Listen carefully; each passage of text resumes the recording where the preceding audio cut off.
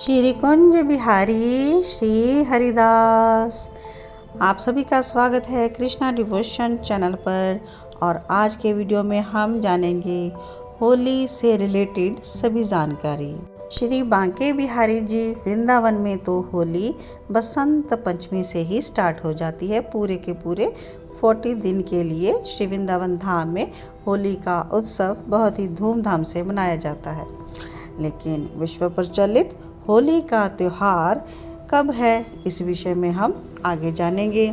होली की तारीख को लेकर इस बार काफ़ी कन्फ्यूज़न बना हुआ है, क्योंकि पूर्णिमा तिथि 2 दिन है और साथ ही चंद्र ग्रहण लगने के कारण होलिका दहन कब है और रंग का उत्सव कब है, इस तारीख को लेकर कन्फ्यूज़न है। तो पंचांग की गणना के अनुसार हम जानेंगे होली का पर्व कब मनाया जाएगा। होली का पर्व हर साल चैत्र मास के कृष्ण पक्ष की प्रतिपदा तिथि को मनाया जाता है और होलिका दहन के बाद अगले दिन रंगों का उत्सव मनाया जाता है। और होली का यह पर्व खुशियों और बुराई पर अच्छाई की जीत का पर्व है। पूर्णिमा तिथि दरअसल इस बार 2 दिन आ रही है और चंद्र ग्रहण लगने के कारण होलिका दहन और रंग उत्सव एक ही दिन पड़ रहे हैं। लेकिन पंचांग की गणना के अनुसार होलिका दहन 2 मार्च को करना शास्त्र सम्मत है, यानी 2 मार्च को शाम में पूर्णिमा तिथि लग जाएगा। पूर्णिमा तिथि 2 मार्च शाम में 5:50 पर आरंभ हो जाएगी और अगले दिन 5:08 पर पूर्णिमा तिथि समाप्त हो जाएगी। तो 2 मार्च को ही भद्रा मुख मध्य रात्रि 2:38 में सुबह में 4:34 तक रहेगा। तो ऐसे में 2 मार्च को ही होलिका का दहन करना शुभ रहेगा। तो होलिका दहन फागुन मास की पूर्णिमा तिथि को ही किया जाता है और पूर्णिमा की तिथि 2 मार्च में है। तो यह बिल्कुल क्लियर है कि होलिका दहन 2 मार्च को होगा। अब 3 मार्च को शाम में 5:08 तक पूर्णिमा की तिथि तो रहेगी, लेकिन इस समय क्या होगा, चंद्र ग्रहण भी लगा होगा। दोपहर में 3:20 से चंद्र ग्रहण आरंभ हो जाएगा और शाम में 6:47 पर ग्रहण समाप्त हो जाएगा। तो उससे पहले ही पूर्णिमा की तिथि समाप्त हो जाती है। तो रंग उत्सव जो है चैत्र मास की कृष्ण पक्ष की प्रतिपदा तिथि को मनाया जाता है। तो यह 4 मार्च को है, इसलिए रंगों का जो उत्सव है वह 4 मार्च को मनाया जाएगा। तो चलिए आगे हम होली से रिलेटेड एक पुरानी कथा को श्रवण करते हैं, जो कि भक्त प्रहलाद जी की कथा है। होली का पर्व बुराई पर अच्छाई की जीत का पर्व है और इस दिन भगवान विष्णु के प्रिय भक्त प्रहलाद जी ने भगवान विष्णु को खंभे में से प्रकट कर लिया था। प्रहलाद जी के पिता जो थे हिरण्यकश्यप असुरराज थे।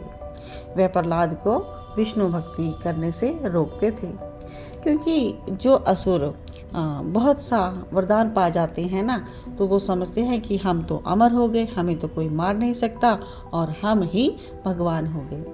लेकिन भगवान भक्त की रक्षा करने के लिए और ऐसे अहंकारी जो असुर हैं उनका अहंकार का नाश करने के लिए अवतार लेते हैं। तो भगवान ने यहाँ पर नरसिंह अवतार लिया था।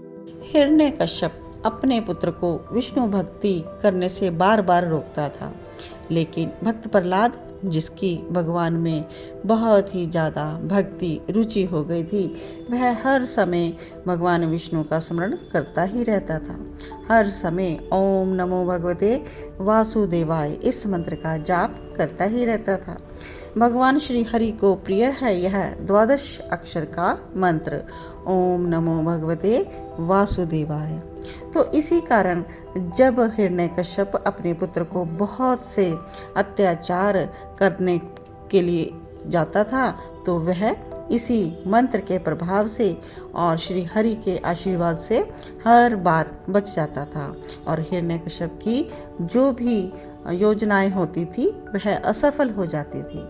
तो इस बार हिरण्यकश्यप ने अपनी बहन होलिका को, जिसे कि आग में नहीं जलने का वरदान प्राप्त था। उसने भक्त प्रहलाद को जलती आग में लेकर बैठ जाने के लिए कहा। अब होलिका ने अपने भाई हिरण्यकश्यप का आज्ञा मानी और प्रहलाद को लेकर अग्नि में बैठ गई।